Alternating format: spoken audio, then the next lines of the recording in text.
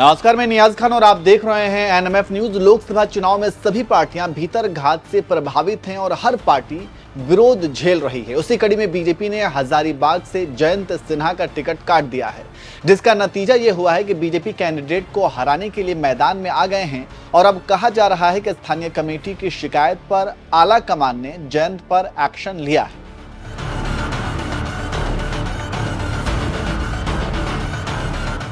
लोकसभा चुनाव में काफी उतार चढ़ाव देखने को मिल रहा है और कहा जा रहा है कि इस बार चुनाव में कोई स्पार्क नहीं है और ना कोई लहर है।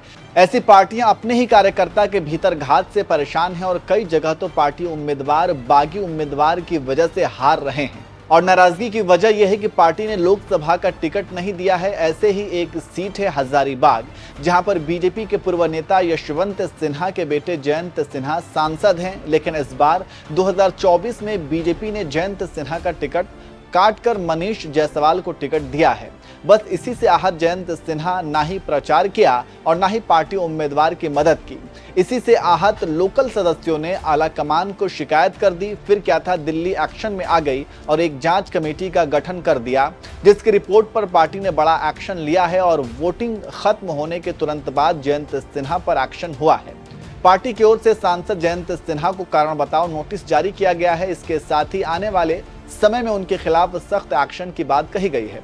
प्रदेश महामंत्री और राज्यसभा सांसद आदित्य साहू की ओर से जयंत सिन्हा को शो कॉज नोटिस जारी किया गया है। नोटिस में कहा गया है कि लोकसभा चुनाव 2024 में हजारीबाग से पार्टी की ओर से मनीष जायसवाल उम्मीदवार हैं, लेकिन उसके बावजूद वो ना तो चुनाव प्रचार किया और ना ही संगठनात्मक कार्य में रुचि ले रहे हैं। उसके बावजूद लोकतंत्र के महापर्व में उन्होंने अपने मताधिकार का प्रयोग करना भी उचित नहीं समझा।